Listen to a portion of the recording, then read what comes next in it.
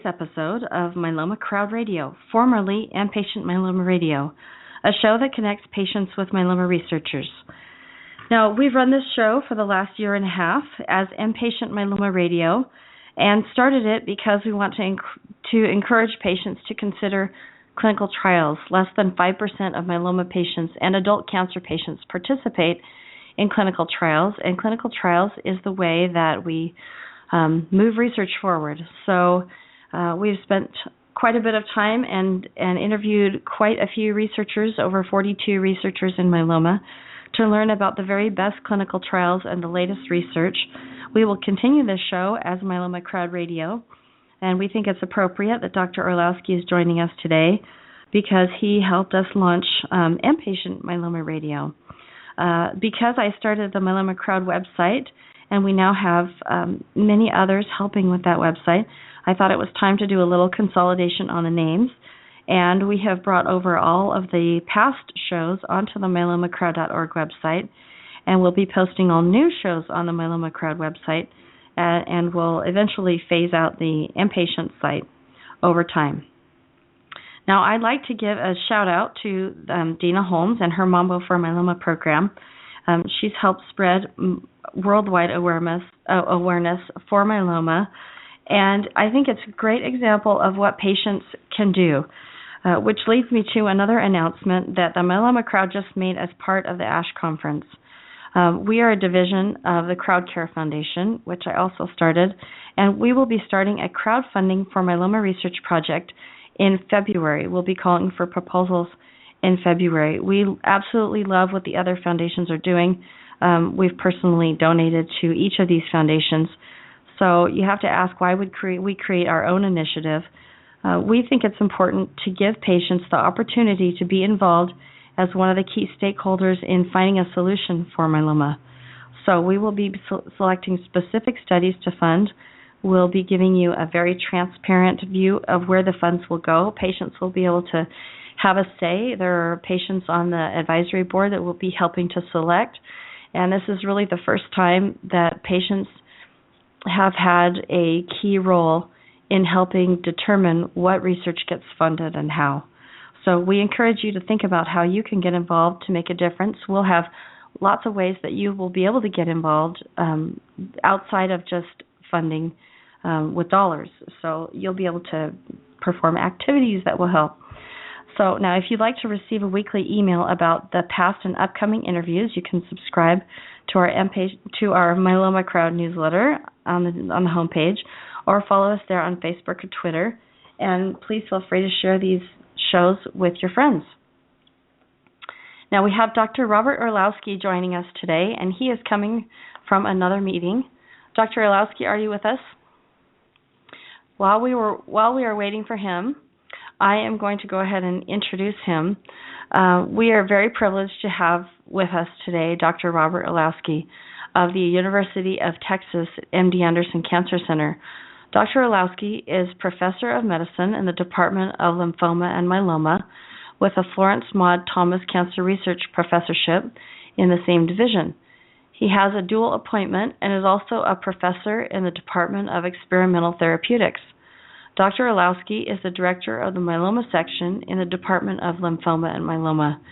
He's a member of the NCI Steering Committee, the Multiple Myeloma Tissue Bank Steering Committee, the Computerized Provider Order Entry Steering Committee, BMT Committee, and American Society for Biochemistry and Molecular Biology.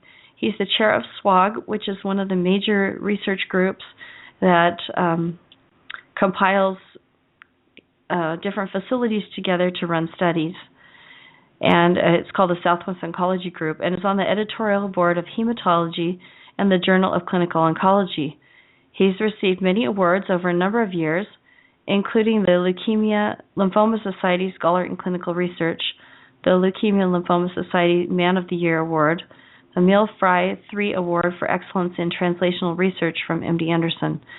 He's completed many, many studies and is the recipient of a coveted SPORE grant from the NIH, which is the highest level of grant you can accomplish. So Dr. Orlowski is very aware of the need to communicate to the multiple stakeholders in the myeloma community. And he has a daily newspaper that I highly recommend. I found it to be one of the most valuable resources around for myeloma. It's a daily newsletter, like I said. It's called a paperly paper. The title of it is Multiple Myeloma Daily. So if you search in Google on paperly and Multiple Myeloma Daily, you'll find the link. He is also very active on Twitter, and you can follow him at myeloma_doc. I'm consistently amazed at the good work that he does to communicate the complexities of myeloma in such an elegant way, and consistently educates the various stakeholders, like I said, in this myeloma community. He educates not only the others, his peers, but also patients. He completed a similar show about ASH yesterday, so you may want to look at that program as well. And Dr. Orlowski? Yes, Jenny, thanks very much for having me on your program, and thanks for the very kind introduction. Oh, your timing is perfect. I know you had something right before this, so well, thank you so much for joining us. I feel like the timing is perfect. We are changing the name of this show to Myeloma Crowd Radio to do some name consolidation, and you were our first interview on M-Patient Myeloma Radio, so I feel that this is a fitting start to the new year. Well, thanks very much. So, the ASH conference was held in December, and there was so much content, it's kind of hard to get your arms around it. But it seems that myeloma is really seeing its day. There was a major session where Dr. Jesus San Miguel spoke, and you were the moderator for the main myeloma session with, hundreds if not thousands of attendees. And so maybe you can give us a broad overview and then dive into what you feel like are the most important subtopics. And then we'll get to your research at the end, if you don't mind. Sure. Well, thanks again for the invitation. And you're right, myeloma's gotten a lot of attention lately, all for good reasons, which is because all of the new drugs and advances and improvements in patient outcomes. So let me give you an overview of what I think were some of the highlights, not only from ASH, but maybe some recent developments in the myeloma field that people should know about in general. One of these is in the area of what is smoldering myeloma versus what is active myeloma. And some of the listeners that you have on may know that there is what's called smoldering myeloma. It used to be called asymptomatic myeloma. This is a condition where patients have myeloma based on having at least 10% plasma cells in the bone marrow, but they don't have any of the so-called CRAB criteria, which used to be high calcium, which is the C, renal insufficiency, which is the R, anemia, which is the A, or bone lesions, which is the B. The reason the CRAB criteria were important is that if patients had CRAB criteria, they usually were considered candidates for chemotherapy, whereas if they had myeloma without CRAB criteria, they usually were considered candidates for watchful waiting.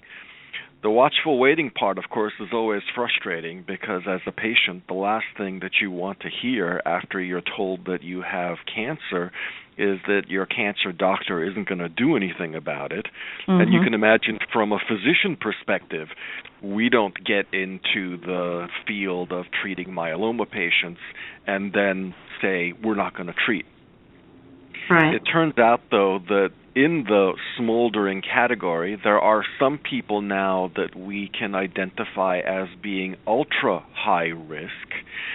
And these are folks who have such a short time between diagnosis of smoldering myeloma and between the development of one of these CRAB criteria that now the definition has been changed, and now those patients are considered to have active myeloma.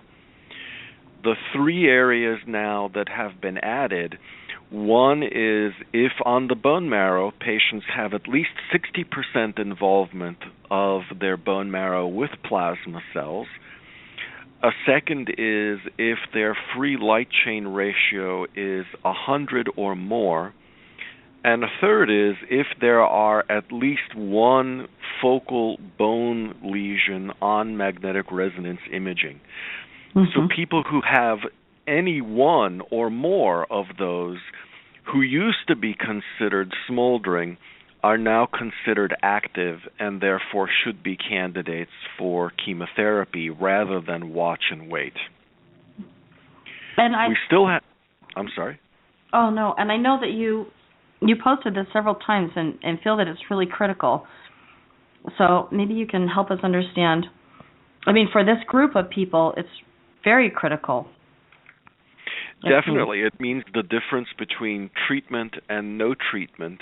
And again, the rationale for treating them is because we now understand that they're not going to stay asymptomatic for a long period of time, whereas the people that don't have these criteria, some of them have a chance of never becoming symptomatic and therefore maybe never needing chemotherapy. Okay. And what else was part of that change that is so very critical? Well, the other features, of course, are that there is still a high-risk smoldering myeloma group. These are people who have, within about 5 years of diagnosis, anywhere from 50 to 70% of those people will progress to myeloma. And there are now many studies that are targeting those patients as a sort of, if you will, chemoprevention approach to try to reduce their risk of progression. One of them is a national trial which is occurring through the ECOG folks, that's the Eastern Cooperative Oncology Group, where people may get either lenalidomide or watchful waiting. And there are other studies underway as well, including with some of the monoclonal antibodies, which we'll hopefully talk about later. And I think those are exciting because the antibodies are a way to make the myeloma cells more visible to each patient's own immune system and help their immune system to attack the cancer cells. Okay, well, those are great approaches, and we will talk about those in a little bit. So if they have some of those features, obviously they could be treated. But what can you remind us what constitutes ultra high risk for those that don't know that? Well, ultra high risk would now be considered people with at least 10% plasma cells in the bone marrow. Usually they have a higher level, not always, but usually a higher level of the monoclonal protein, meaning at least 3 grams per deciliter. And if they have, again, one of these 3 criteria, either 60% or more plasma cells in the bone marrow, or a free light chain ratio of 100 or more, or if on MRI, for example, of the spine, they have 1 or more focal bone lesions, that means they're ultra high risk and therefore they should be treated. The immediate implications are that you need to probably have MRI of your spine in particular, even if you're not having any back pain.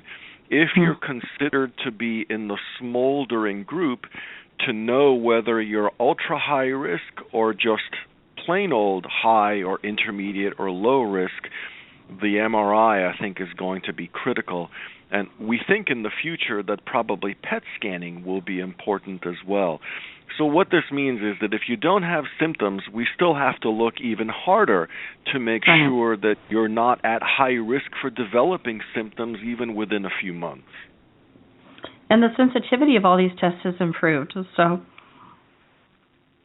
Yeah, definitely the MRI and the PET scan are much more sensitive than just the plain bone survey by X-ray, which used to be the standard of care.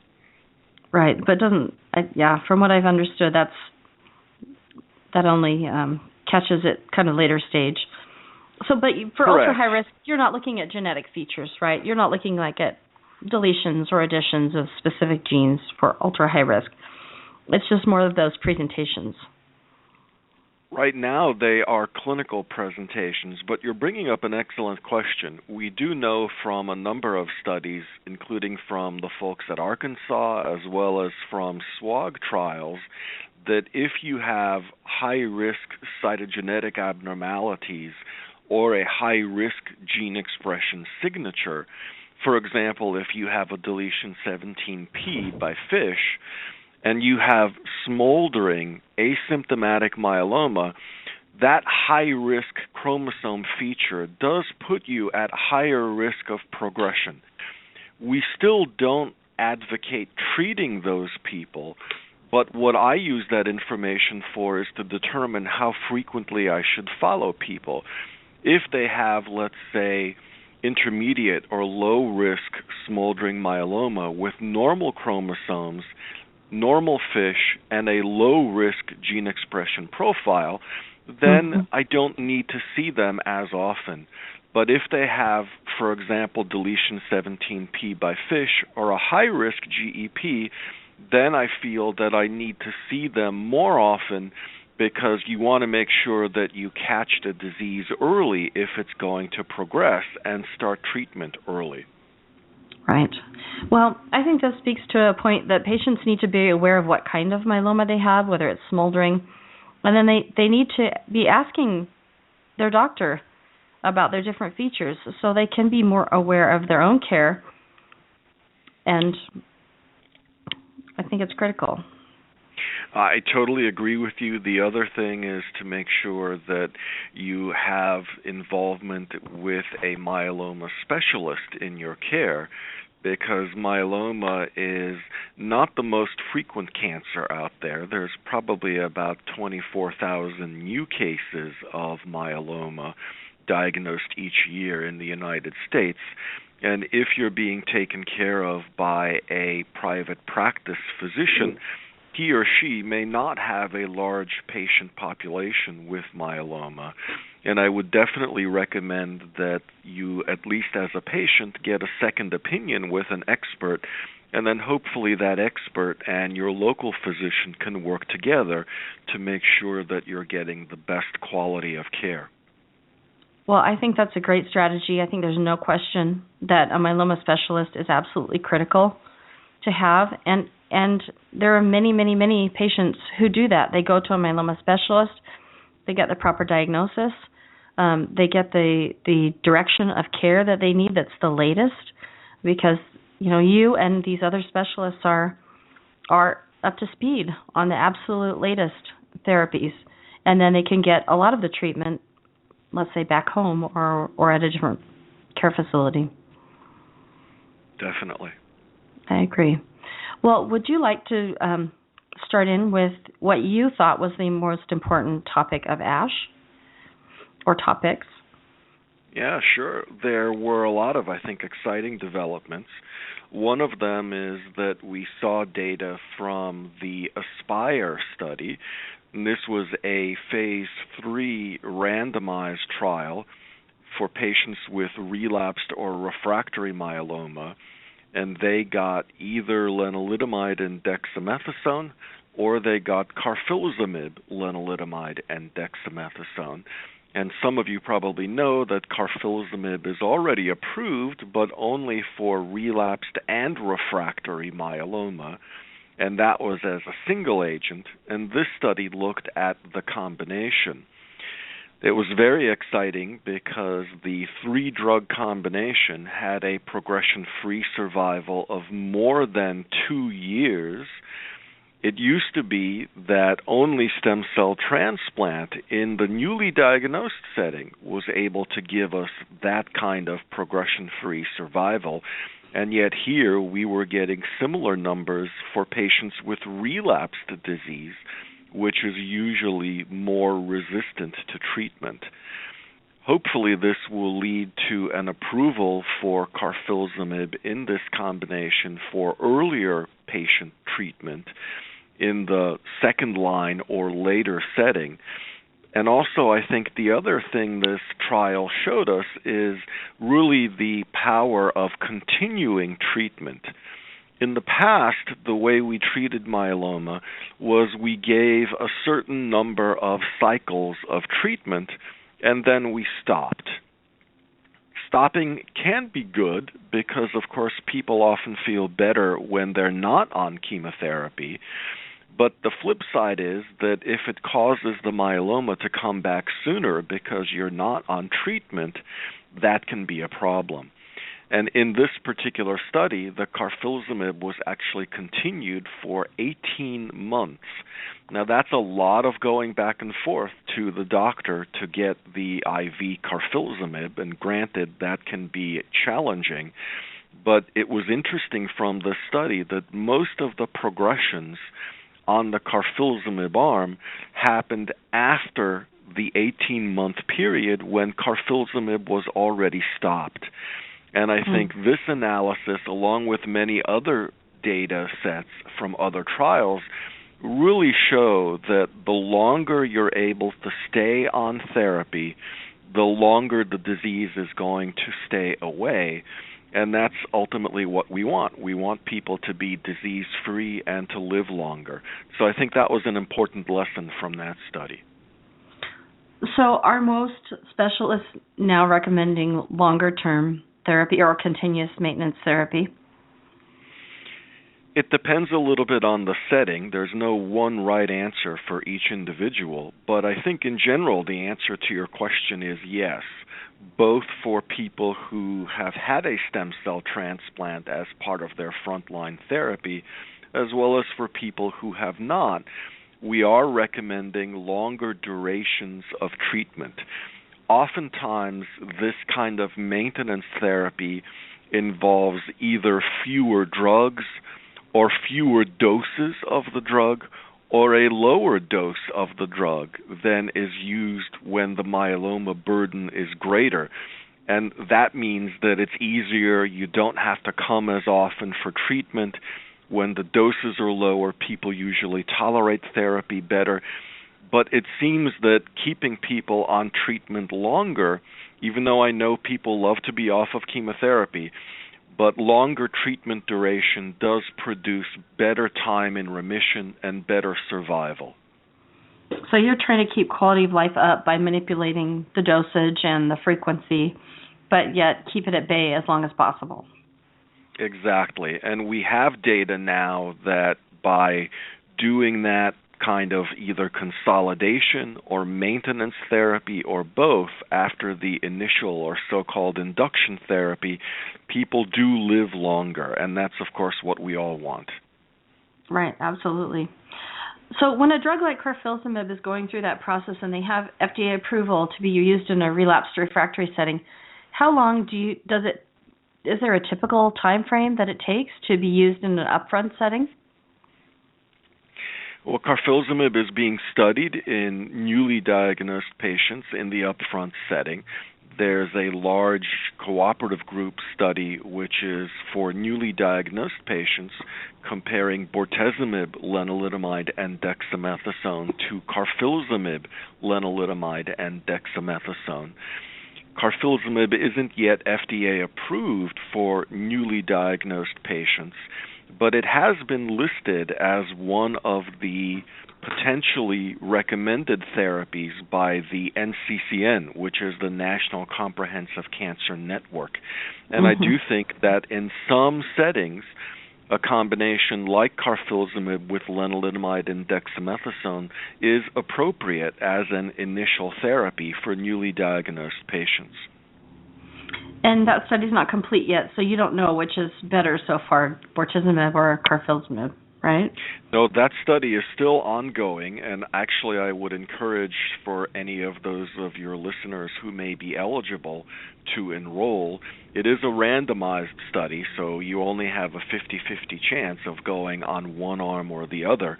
But one of the important things, other than having a myeloma specialist involved in your care, is we need to try to increase enrollment to clinical trials because we all want to know the answers to these questions and improve everybody's outcomes as quickly as possible.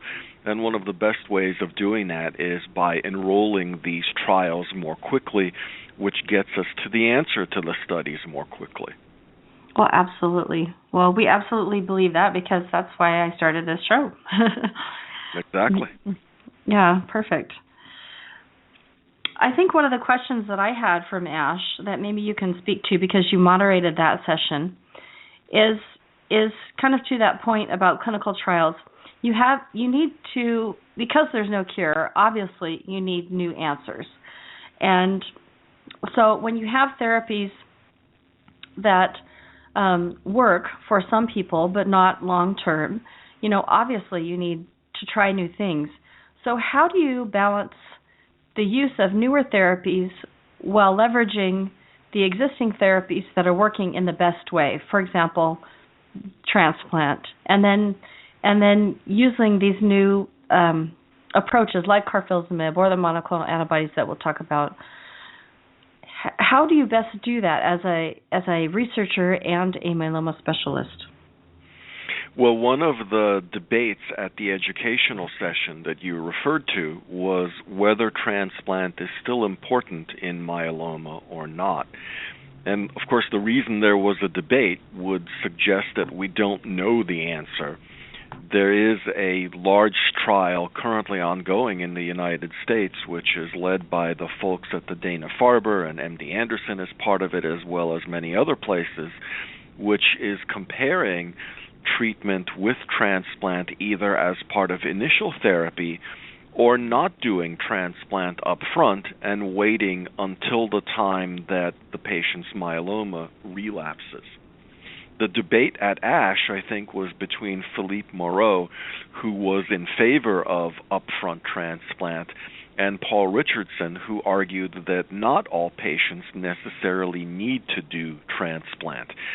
My perspective is that a lot depends on your particular disease and how well it responds to therapy.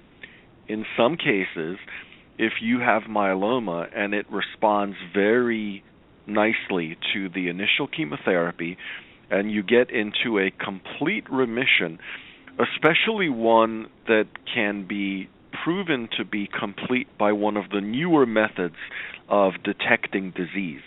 And one of the methods, this is in the category of MRD, or minimal residual disease, one of the methods that's now available at many places, including MD Anderson, is to do what's called flow immunophenotyping.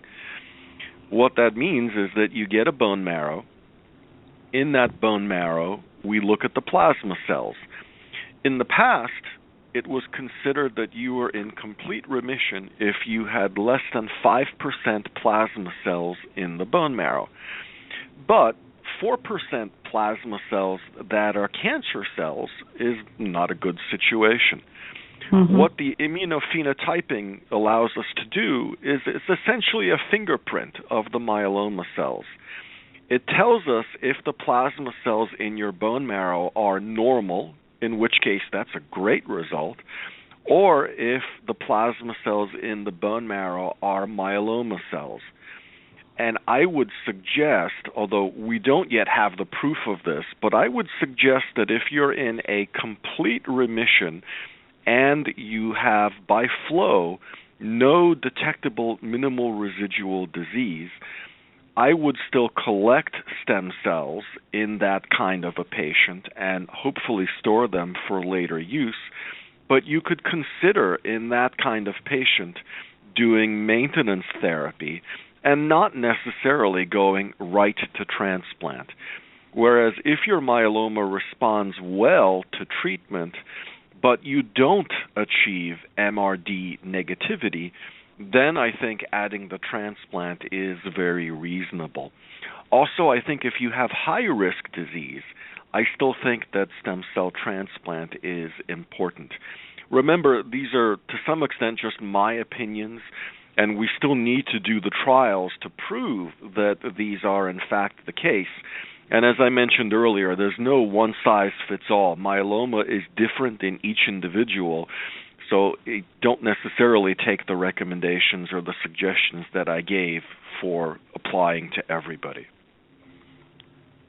Well, I think it's interesting that you can get to that level of sensitivity. I mean, you're looking at so many different aspects that you need to be, it just proves the point that you really need to be treated by someone who knows what they're doing. Because to get that level of sensitivity and to know that you need to check those things, and you could craft your treatment based on all that information. And you're really working with the latest technologies to do that.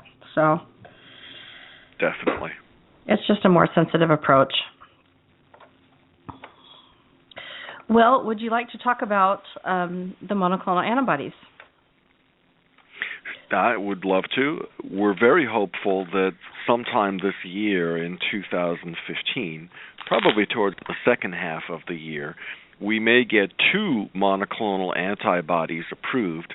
One of them is elotuzumab, which recognizes a protein on the surface of myeloma cells called SLAMF7.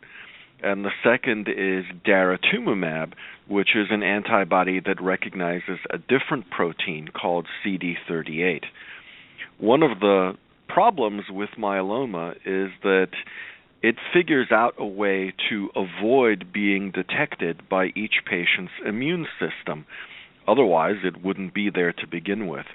What the antibodies do is they often will bind to a protein on the myeloma cell surface and act as sort of like a flag and tell the immune system that here's a cell you need to pay attention to and come and destroy. What we hope to have later this year are data from a study where elotuzumab with lenalidomide and dexamethasone was compared to lenalidomide and dexamethasone. There were data presented at ASH from the phase 2 study looking at just the 3-drug combination, and that had around a 90% response rate in the relapse setting. Wow. And yeah, it was really great. And the progression-free survival was, again, over 2 years, similar to what was seen with the carfilzomib, lenalidomide, and dexamethasone combination. So I think we're excited about that, and hopefully the data will be available this year and the drug will be approved. The second drug, which is daratumumab, that hopefully will be approved this year as a single agent. It has activity by itself. The response rate has been in the 30 to 40% range. But the data at ASH that were presented were in combination with lenalidomide and dexamethasone. And in combination, the response rate is in the 70 to 80% range. And we don't yet know the progression-free survival, but there is a phase 3 trial ongoing comparing daratumumab, len, and dex with just len and dexamethasone. The exciting thing about that trial is because of all the excitement around daratumumab, it's actually accruing more rapidly than was anticipated.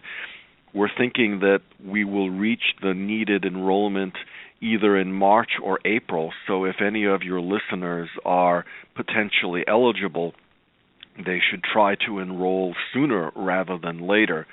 And again, the benefit of more rapid enrollment is that we get to the answer more quickly. Other antibodies that I think are exciting, there's a different anti-CD38 antibody called SAR 650984. It doesn't yet have a name, but that showed very good, also 70 to 80% response rates in combination with lenalidomide and dexamethasone.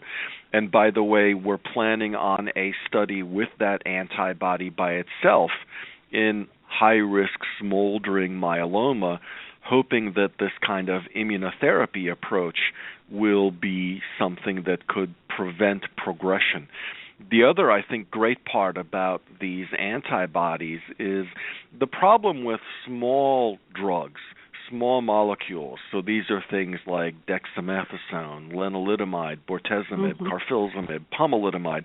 When you take those medications, because they're so small, they to some extent get into almost every cell in the body.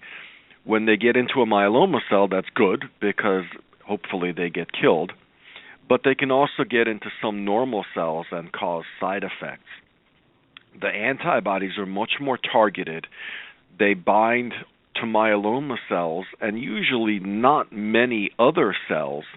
And what that means is it's much more targeted, and in general, we hope that the side effect profile will be much better. Although I should say, hearkening back to the study we mentioned earlier with the carfilzomib, lenalidomide, and dexamethasone ASPIRE trial, the other exciting thing about that, other than the great results, were that the addition of the carfilzomib really did not significantly increase side effects. So we're now getting to the point where even some of the small molecules that we have only minimal additional side effects.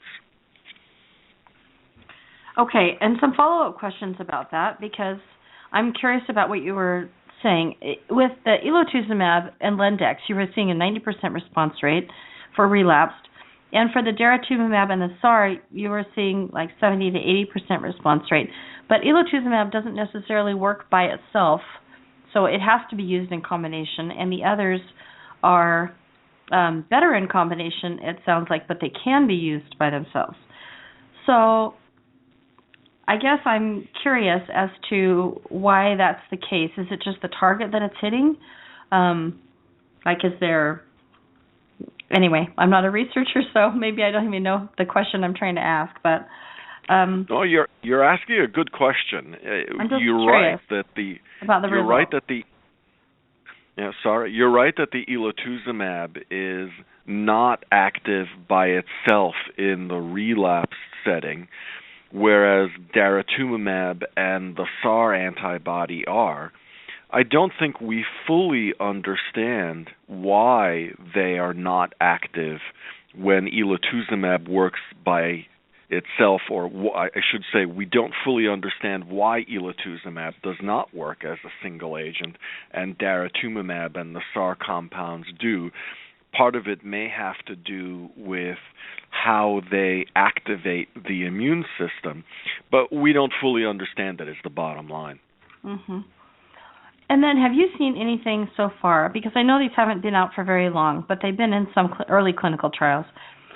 Have you seen any differentiation with patients that they work well for or patients that they don't work for in terms of genetic profiling in general? Yeah. I know that's a difficult question to answer, but...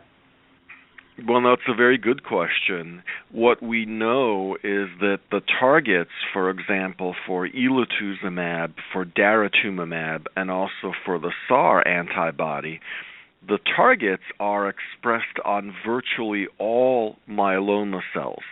So that's great because that means that the maximum number of patients out there could benefit. We're not yet at the point where we can predict which patients will respond, for example, to daratumumab by itself, and which patients will not. I think that because the combinations work so much better than the single agents, that we probably should just go ahead and work with the combinations. The other thing we hope is that there is what's called high-risk disease, and we talked about that a little bit earlier based on the gene expression profiling and also based on some of the chromosome studies.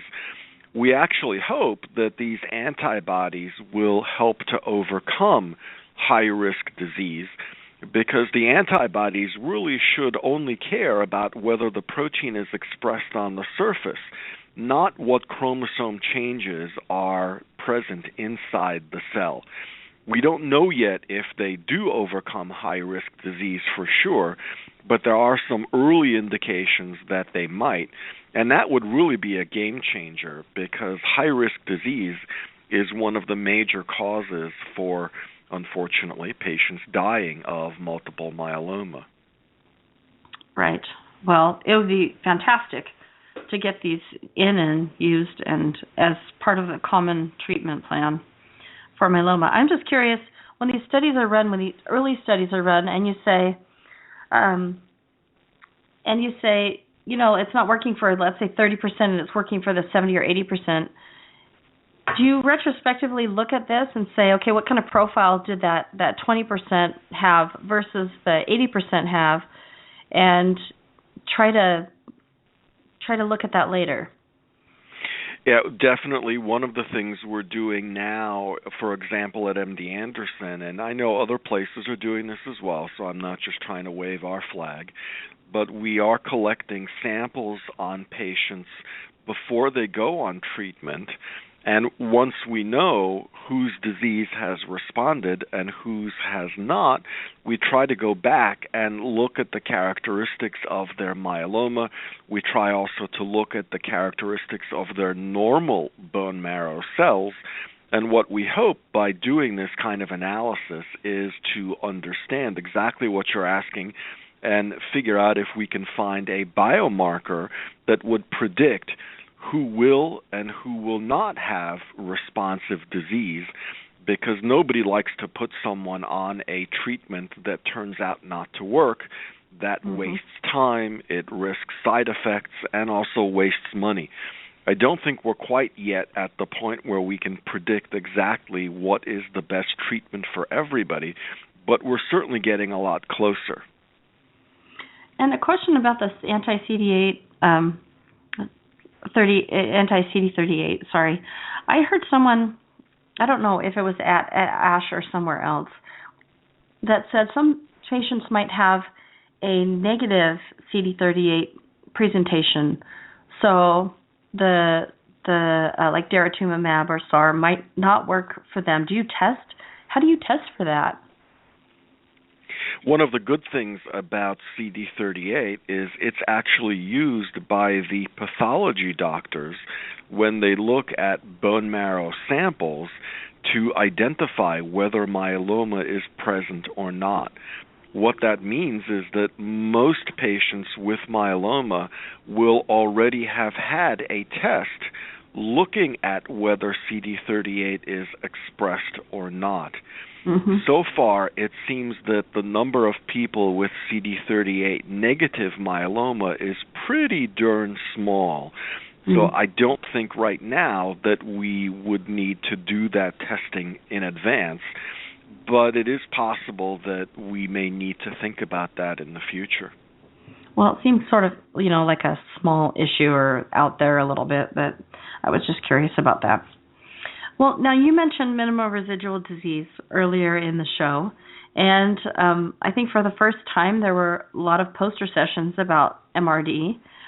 So is that something that you found was important about ASH, or just something that we will continue doing as in the world of myeloma? Well, I think it's important to look at MRD because it's a more sensitive measure of how much myeloma each patient has. What we don't yet know for sure is whether if someone has MRD positive disease, do we really need to continue to treat that patient to make them have MRD negative status? Or in some people, is it okay to have just a few myeloma cells left over? In general, what the studies that have been done so far show that MRD negative patients generally do better than MRD positive patients, but that sort of is logical because less myeloma is always going to be better than more myeloma. However, we know that there are people with MRD positive myeloma who nonetheless have very, very good outcomes. Yeah. I think that points to the fact that we still don't understand everything about myeloma and the way it interacts with each patient's bone marrow and immune system. And we need to prove that treating an MRD positive patient results in a benefit. And that we still have not yet done in a randomized trial. But studies like that are now being designed. So I do think we'll have that information in the future. Mm-hmm. And you mentioned the impact of the bone marrow microenvironment. So is that something that you felt was interesting or important that was presented at ASH? Well, we've known for many years that the myeloma cells really rely very heavily on support and nourishment from the bone marrow microenvironment for their growth, for their survival, and also for resistance to treatment. In fact, if we do a bone marrow and take out the myeloma cells and put them in a dish where they sit there by themselves, most of the time, even if we feed them with sugar and proteins and other nutrients in the laboratory, they usually die within 3 or 4 days. It's only because they have help from other cells in the bone marrow that they have such a much better lifespan in patients. And many of the drugs that we have available work in part by changing either the interaction between the myeloma cell and the microenvironment, or by changing the microenvironment itself. And one example are the immunomodulatory drugs. One of their mechanisms of action is by changing the immune microenvironment to make it less nice for the myeloma cell. And proteasome inhibitors do that as well. All of these make the environment more hostile to myeloma, which is a good thing. We still do need to learn more, though, about how especially to harness the patient's immune system. And we hope that with these antibodies, that will be part of the equation. Also, a lot of excitement has been focused on these so-called CAR T or CAR NK cells, where you can take the patient's own T cells, or what we do at MD Anderson is we're using natural killer or NK cells, and you can train them in the laboratory to recognize myeloma cells, put those cells back in the patient so that they find the myeloma and start to kill it. And I think those are also very interesting approaches which are being tested in many places. Mm-hmm. Well, absolutely. And I guess that's my follow-up question. I want to leave some time for caller questions, and it's surprising how fast the time goes. But what do you see as the most exciting work that will be happening in 2015, and also that you will be doing that you would like to share with us? I think we've touched on a few of the really exciting areas. Just to summarize, I think that we have the monoclonal antibodies coming. I think these other immunologic approaches, such as with the CAR T and CAR NK cells, are very good. There are some vaccines that look very promising in myeloma. We should not forget that there are oral proteasome inhibitors coming. There's a drug called ixazomib, which is in the same family as bortezomib, and there's a drug called aprozomib, which is in the same family as carfilzomib. Both of those are oral proteasome inhibitors, and there were very nice presentations at ASH showing that those drugs are active both in newly diagnosed myeloma and in relapsed myeloma. And the advantage, of course, is that right now, bortezomib and carfilzomib are both given by injection. So if you were able to take these drugs in a pill form, that would be, I think, much better for patient satisfaction and quality of life, and not have to schlep back and forth to see the doctor or the clinic where you would get your injection. Definitely. Also, there were other drugs, I think, that were very interesting at ASH that were presented in myeloma. There's one new drug, which is a PIM kinase inhibitor. The drug doesn't have a name yet, but the designation is LGH447. And this drug had about by itself, 25% response rate, and 2/3 of patients had stable disease or better where they previously had disease that was progressing. And I think that tells you this is really an interesting and exciting new drug that we're looking at now in combination. And do you have a study open at MD Anderson with that? I thought you did. We do, both by itself as well as in combination. It's an oral drug, which is another plus. And I think a third drug to mention is a drug called filanosib, or ARRY520, which is a kinesin spindle protein inhibitor. It is IV, so a little bit less convenient, but no neuropathy associated with it. And in some patient populations, it has a 30% response rate, even when people have myeloma that no longer responds to bortezomib, to lenalidomide, and to other drugs. And there is a registration study ongoing right now, open at many centers in the U.S., and if the data were similar with that kind of response rate, that could lead to an FDA approval. So I think it's an exciting time for new treatments of myeloma. And as you know, probably, survival has doubled in the past 10 years. And I think that was before pomalidomide and carfilzomib. And, of course, the antibodies are very exciting, and I think will continue that trend. And finally, you probably remember hearing a little bit about penobinostat in myeloma in combination with bortezomib and dexamethasone. The data from a large study of that drug are still being evaluated by the FDA. I think it's fair to say that there certainly were patients who benefited from that drug, and I think there is still hope that that could be approved. Okay, well, that's terrific. It's so exciting to be in a medical area, or at least have a disease in a medical area that there is a lot going on. What do you credit that to the most? I think the excitement is, of course, those of us in the academic community, we become focused on research because we want to improve patient outcomes. And it's exciting when you can be part of a trial that sets a new standard of care, which improves survival. And what that allows us to do is you can therefore help more patients, both in the United States and worldwide, than you would ever be able to just by seeing all of them in person.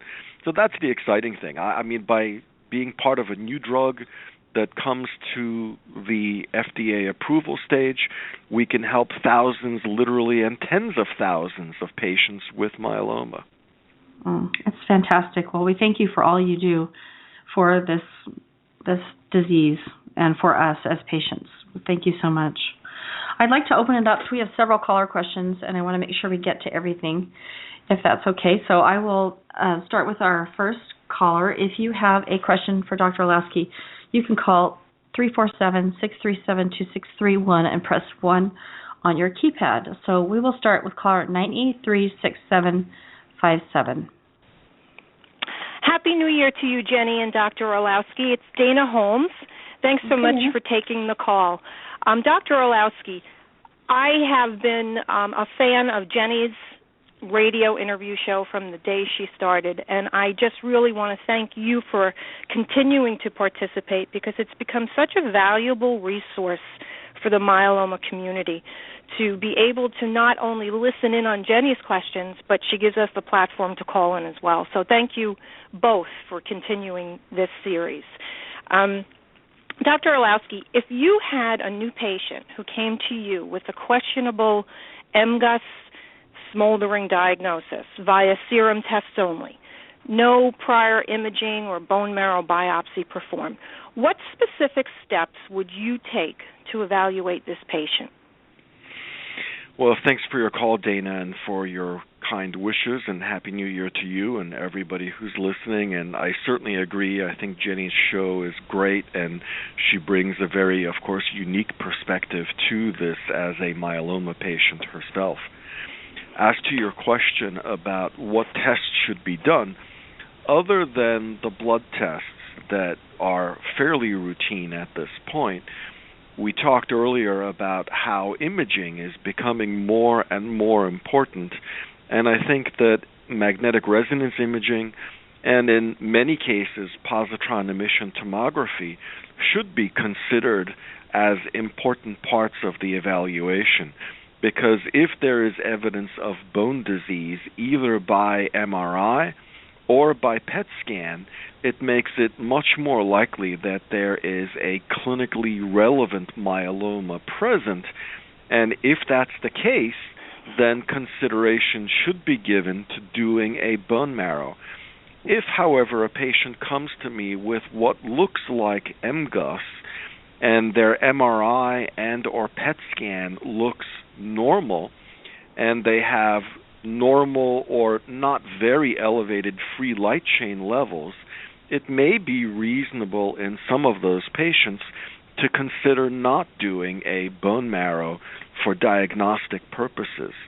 So that's one way that I think we've been able to change some of the evaluations that we do.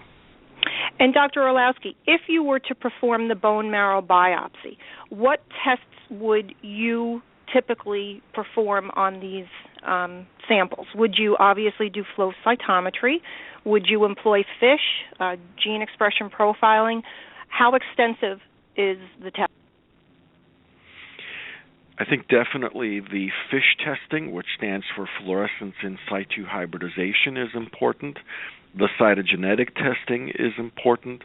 There are more and more data about gene expression profiling showing that that is important. And I do think that the flow cytometry is important as well.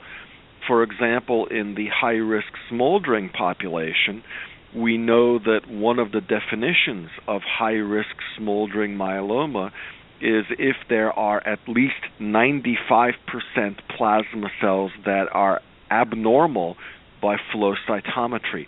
That gives a much higher risk of progression than if you have plasma cells, but let's say 20% of them are abnormal.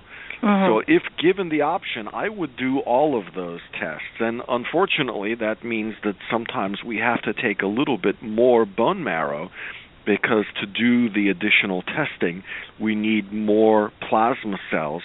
But I think the additional information that we gain from that is really important. And by the way, more and more places are doing sequencing of myeloma cells, which is different than gene expression profiling.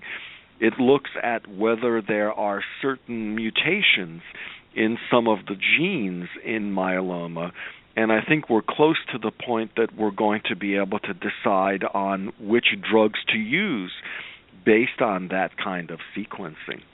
Would you employ the sequencing for someone with an MGUS or smoldering? I mean, if you obviously have a sample to test, would you employ that at that stage? Or do you need a specific amount of plasma cells in order to test for that? Right now, the sequencing, I think, would, from a clinical perspective, be likely to be more valuable in the relapse setting, because it might identify certain mutations that could allow us to pick good drugs. I don't think we're yet at the point in the newly diagnosed setting where sequencing is routine for clinical care, but I would definitely recommend doing it anyway, if only for research, because the chances are if you have a clone with a certain gene mutation, even if it's a small population, the chances are that that clone will probably be present later, or at least that it will appear at some point, even if it disappears in between. There was actually a study just published today in the journal Leukemia that shows that the major clone of myeloma cells present at diagnosis often will be present throughout the course of the patient's myeloma. I also wanted quickly to say, because I know we're getting a little close to the top of the hour, and I have to run for an 11 o'clock meeting here Central Time, I wanted to give people my email address. It's r.orlowski@mdanderson.org. Please feel free to email me your questions, and I will try to do the best I can to get back to you either today or over the weekend with answers. Thank you, Dr. Orlowski. I don't want to take up any more of your time. Thank you for your support. Jenny, you too. Have a great day. Okay, thank you so much. So we have more caller questions, but Dr. Orlowski, you said you need to run, so should we take the questions or just let you go? Unfortunately, I have a call with the Southwest Oncology Group Myeloma Committee to plan some of our future trials. But please, by all means, all of you, please email me, and I will get back to you answers to your questions by email. Okay, well, great. Well, we thank you so much for joining us today. We hope you continue with your research and communicating to myeloma patients, and we're just so grateful for your outstanding work. Thank you very much, and take care, everyone. Oh, thank you so much. Thank you for listening to another episode of Myeloma Crowd Radio. Join us next week for our next interview as we learn more about how we as patients can help drive to a cure by joining clinical trials.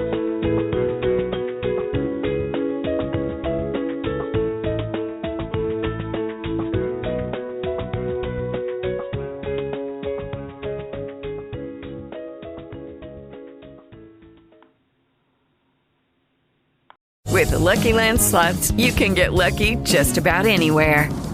This is your captain speaking. We've got clear runway and the weather's fine, but we're just going to circle up here a while and get lucky. No, nothing like that. It's just these cash prizes add up quick. So I suggest you sit back, keep your tray table upright, and start getting lucky. Play for free at LuckyLandSlots.com. Are you feeling lucky? No purchase necessary. Void where prohibited by law. 18+ terms and conditions apply. See website for details.